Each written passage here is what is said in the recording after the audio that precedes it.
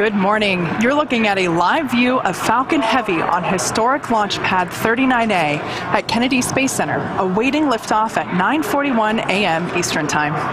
Welcome to our live webcast of the USSF 44 mission from SpaceX headquarters in Hawthorne, California.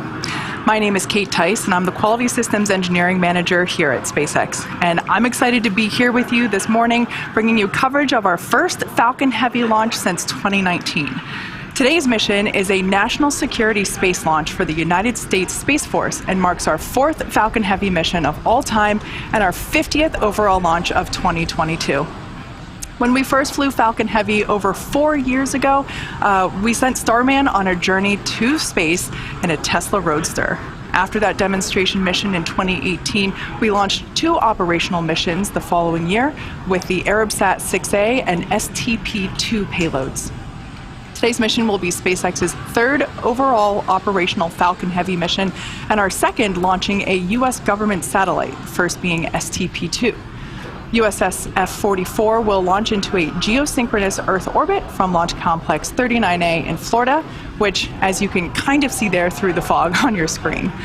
At our customer's request, we will not be showing views of the payload, so we'll be ending our webcast just after our Falcon 9 side boosters make their way back to land on LZ-1 and LZ-2, a little past the T+8 minute mark into flight. Now, as I mentioned before, it is a little foggy there at pad 39A. However, we promise that everything is still go for liftoff on time. The range and everything is still looking green. Everything's still looking good with our countdown as we approach the T-13 minute mark. We have a 90% chance, 90% favorability in terms of our weather conditions, so even though it is a little foggy, we're still good to go. Now, if for some reason we don't get to launch today, we do have a backup opportunity tomorrow at 9:37 a.m. Eastern Time. So we're now just under T-13 minutes and counting. Let's take a closer look at the Falcon Heavy vehicle that will deliver the USSF 44 payload to its intended orbit. Falcon Heavy is essentially 3 Falcon 9 rockets strapped together, meaning it can carry much larger payloads not only to Earth orbit, but to the Moon and Mars as well. Like the Falcon 9, Falcon Heavy is a 2-stage launch vehicle. The big difference is that the Falcon Heavy first stage is comprised of 3 cores, and Falcon 9 only has 1. Falcon Heavy has 28 engines, making it the world's most powerful operating. Internal power. Their call out indicating that the spacecraft is now on internal power. So with the 28 engines, this makes Falcon Heavy the world's most powerful operational rocket by a factor of 2. Each of these cores has 9 M1D engines, making for a total of 27 engines across all 3 boosters, as you see there in that shot. The 28th engine is a Merlin vacuum engine on the second stage, and that's what will power the payload to its final targeted orbit. Altogether, the Merlin 1D engines at the base of Falcon Heavy produce 5 million pounds of thrust, equal to 18 747s at takeoff. In fact, the engines produce so much power that we don't even run them at full thrust all at once. We do that after liftoff. Now, after liftoff, at about 2.5 minutes into flight, those 2 side boosters will separate from the center core and come back to Earth for simultaneous landings at Landing Zone 1 and Landing Zone 2, which we have a beautiful view there on your screen. If successfully recovered, the side boosters will be refurbished and used in a future national security space launch. Upon side booster separation, the center core will keep firing for about 90 seconds before shutting down its engines, then perform a standard stage separation from the second stage. We will not be attempting to land our center core today, as the mission requires more performance, meaning in order to get our payload where it needs to go for today's mission, the center core will burn the fuel that we would typically use for recovery. For those of you looking closely, even though it is a little foggy, that's why you don't see any landing legs or grid fins on the center core. You'll probably get a better view of that after liftoff.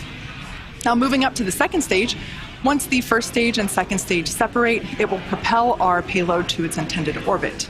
At our customer's request, we will not be showing views of stage 2, so immediately after the Merlin vacuum engine on the second stage fires up, we'll be directing all of our attention to the landing of our side boosters. Now, above the second stage is where our payload is safely enclosed inside the fairing. The fairing protects the payload from aerothermal loads, heating, and contamination during ascent. Once we reach the vacuum of space, we will jettison the fairing as the second stage continues its journey to orbit.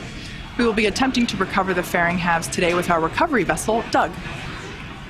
As I mentioned earlier, today's launch is USSF 44, and that's for the National Security, it's a National Security Space Launch mission for the United States Space Force. Now let's learn a little bit more from our customer about the mission at hand.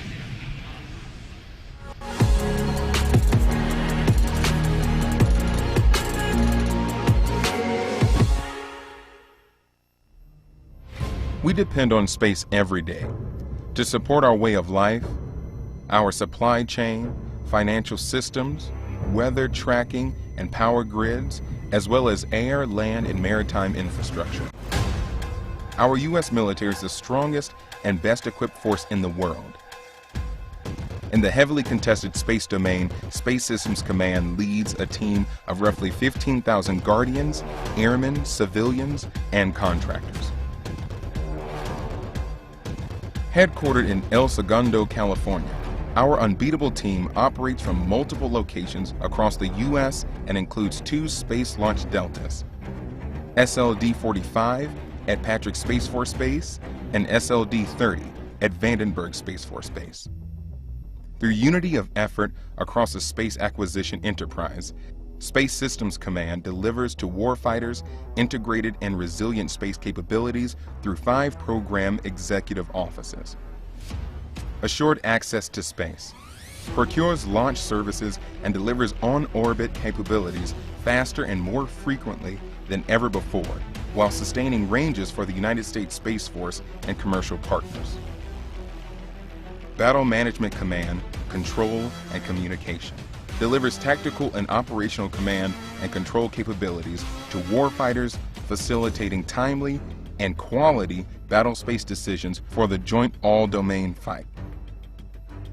Space domain awareness and combat power maximizes the full characterization of space using a wide range of multi-domain assets by rapidly detecting potential and real threats to our nation and allies, which enables decisive action in the space domain. Communications and positioning, navigation and timing ensures the delivery of resilient capabilities across the acquisition lifecycle, from prototypes to systems on the production line to systems our warfighters have been operating for years. Space sensing delivers space-based battle space awareness through missile warning, tracking, environmental monitoring, and tactical intelligence, surveillance, and reconnaissance. Our adversaries fully intend to disrupt, degrade, and destroy the U.S. and our allies' ability to access and operate in space. Not on our watch.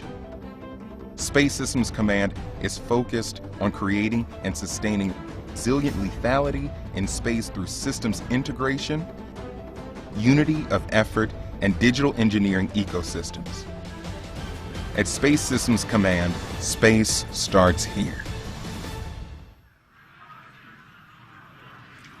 We're now at almost T-minus 6 minutes and 30 seconds, and the SpaceX team continues to count down for launch of our 3rd operational Falcon Heavy flight, and all systems remain go. At this point in time, fuel load is complete on the 2nd stage as well as one of the side boosters. And there we just heard the call out that the fuel load is now complete on the other side booster as well as the center core. Now, following a successful static fire last Thursday, Falcon Heavy rolled out to the pad with a payload yesterday and went vertical about 6 hours later. You can see a time lapse of that there on your screen. Before we began the webcast today, the SpaceX launch director pulled the members of the launch team and got a go for prop loading and launch, which, as I just mentioned, we're currently undergoing. We're loading propellant on all 3 first stage boosters and the 2nd stage. Now, you may be able to hear the live rocket sounds from our launch pad. The pops and hissings that you hear are from the propellant loading, as well as the launch mount and strong back that the propellant is flowing through. Falcon Heavy uses 2 propellants, a refined form of kerosene called RP1, or Rocket Propellant 1, and that's the fuel, and LOX, or liquid oxygen, for the oxidizer. An oxidizer is a type of chemical that a fuel requires in order to burn. The liquid oxygen is chilled below its boiling point so that it has a much greater amount of mass per volume. Basically, we can load more of it into the rocket. Our fuel is RP1, essentially a purified kerosene. It is safe, easily available, and has a lot of history. As a fun fact, the Saturn V first stage flown from this very pad for moon missions also used liquid oxygen and kerosene. Falcon Heavy tanks are pressing for strong back retract. And then we just heard the call out. We are preparing for that strong back retraction.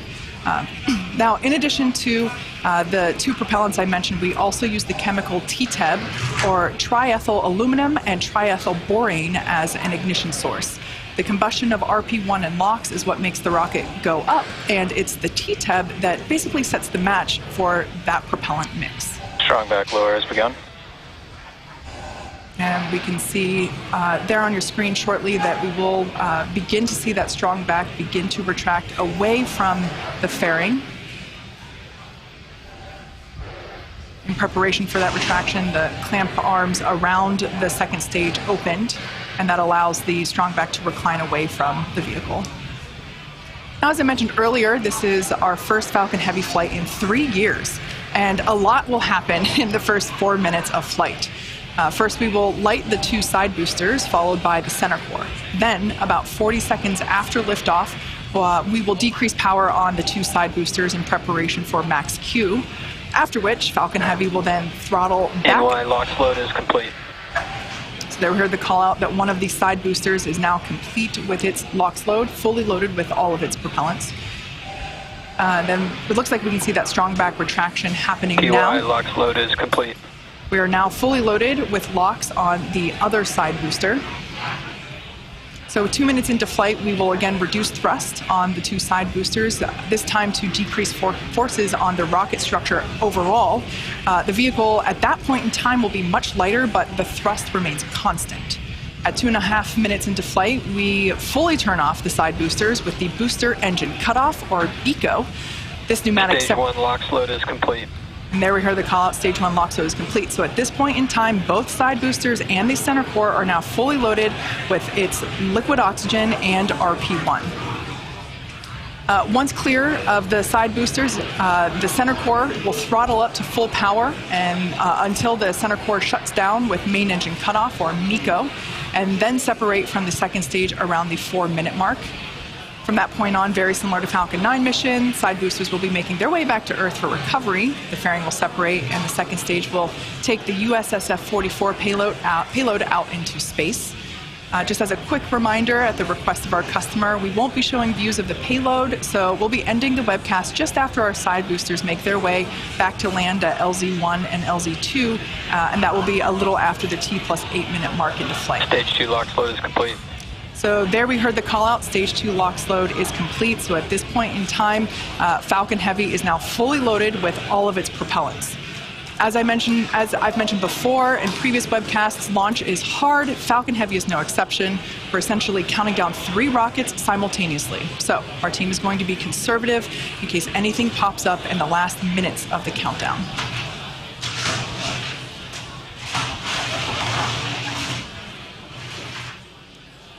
In addition to the fog around the launch pad, we can see some of the white clouds there around the vehicle. Totally normal. That's just the liquid oxygen basically ground gas closeouts. Vaporizing as it comes into contact with the ambient air. Now that those closeouts are complete, as we just heard that call out, we should see more of that.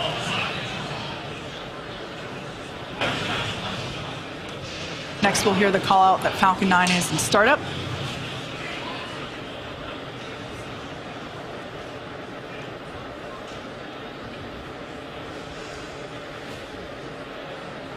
Falcon Heavy is in startup.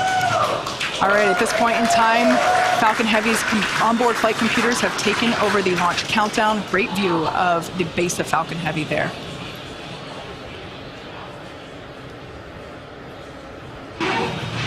MD, LD, go for launch. LD, this is the MD. The MD is go for launch. And there we heard the final go for launch. T-minus 30 seconds and counting.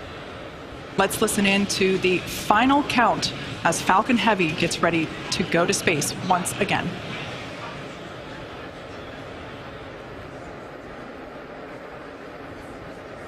T-minus 15 seconds and counting.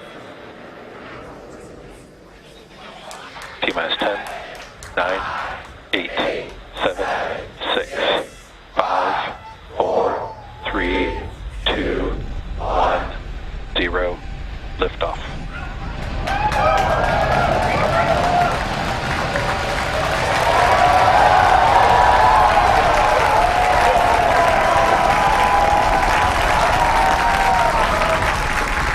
Vehicle is pitching downrange. M1D chamber pressure is nominal.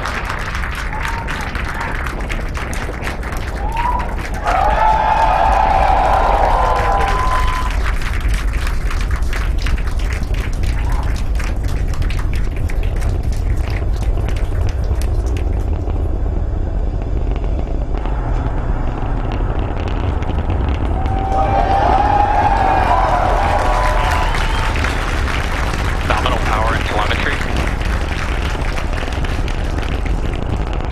Pounds of thrust. Headed to space.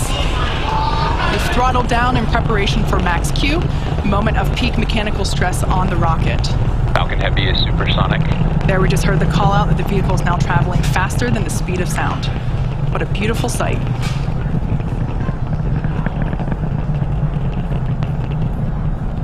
Max Q. All right, there we just heard the call out. That is the moment of peak mechanical stress on the rocket. M1D engines throttling back up.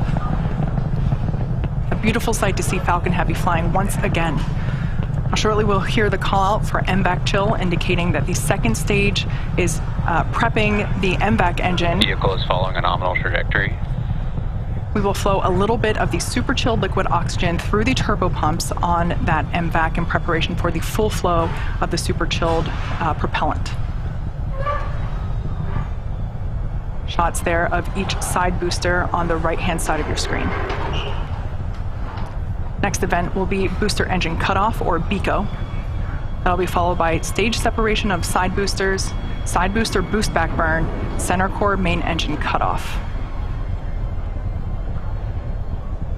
We are about 10 seconds away from the booster separation.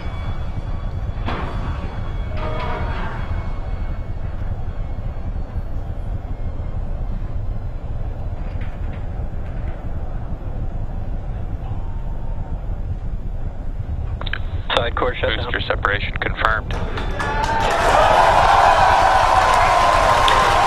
engine chill for start. And there you can see and heard it by the incredible excitement within the crowd behind me. Successful separation of the side boosters. Booster boosting for startup.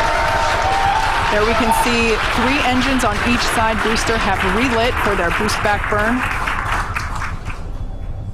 At this point in time, both side boosters are All returning. vehicles are following nominal trajectories. Good news there, both side boosters and the center core, everything looking good. Side boosters are returning to the coast of Florida, now under the power of 3 engines. That's a view there of the center core.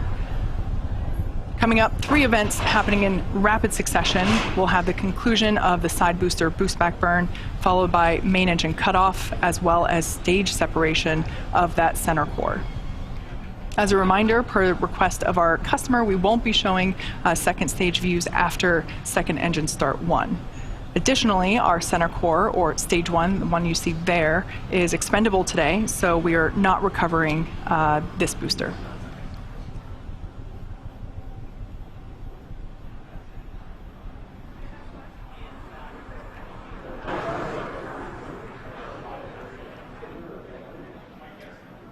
Boost back burn shutdown. Nico. Stage separation confirmed.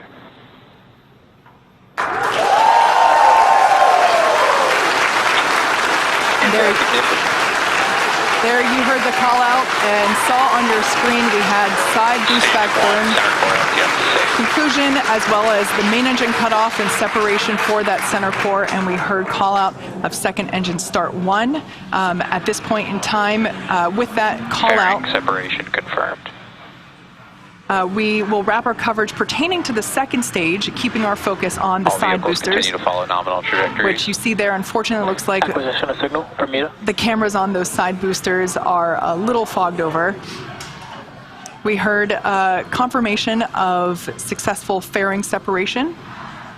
While second stage continues on its journey, the fairing halves will fall back to Earth, where we will attempt to recover them using our recovery vessel, Doug.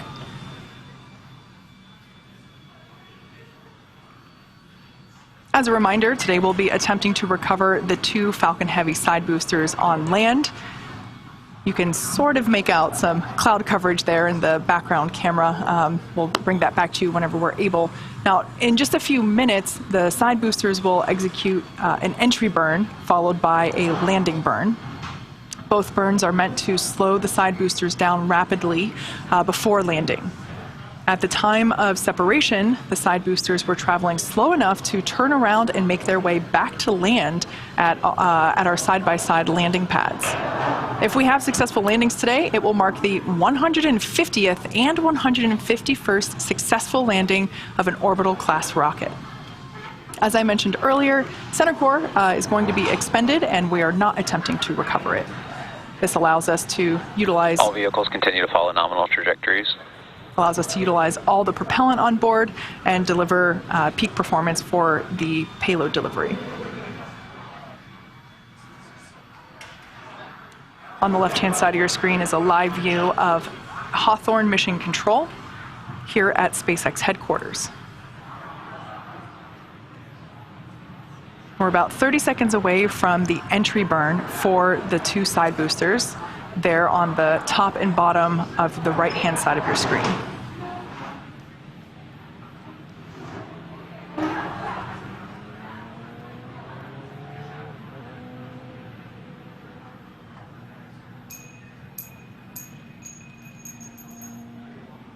Standing by for side booster entry burn. Booster entry burns have started.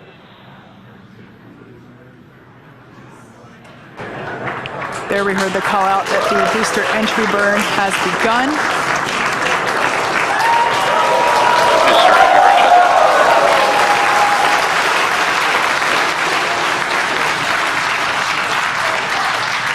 Looks like the ice on those cameras are now clearing. EY and NY FTS have safed. All vehicles continue to follow nominal trajectories.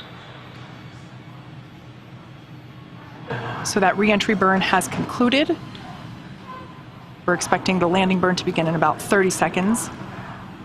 The entry burn intended to slow the vehicles down significantly as they re-enter the Earth's atmosphere. Amazing tracking cam views of the boosters as they return to landing zone 1 and 2. We can see the grid fins there. Both side boosters transonic. Stage 2 FTS is saved. Stage 2 is in terminal guidance. We can see those grid fins steering the boosters for a precise landing. Again, we're attempting Booster landing. Landing zone 1 and 2.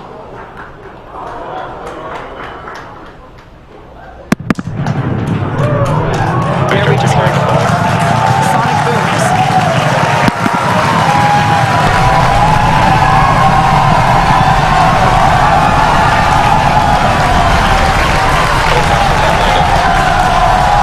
And there you have it.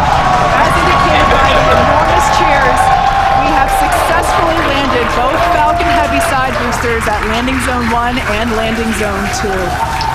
What an incredible sight. Nominal parking orbit. With these 2 side boosters, this marks the 150th and 151st overall successful landing of an orbital class rocket. This is the 21st landing at landing zone 1 and the 4th landing at landing zone 2. And with successful confirmation of our side boosters landing, that will bring today's webcast to a close. We'd like to thank the United States Space Force for entrusting us with today's mission. Thank you to the Range and FAA for licensing today's launch. And we'd like to thank all of our viewers for tuning in for an exciting morning. Now, if you're interested, head over to our website and social media platforms for updates on our next missions and milestones. Hope to see you soon. Enjoy the rest of your day.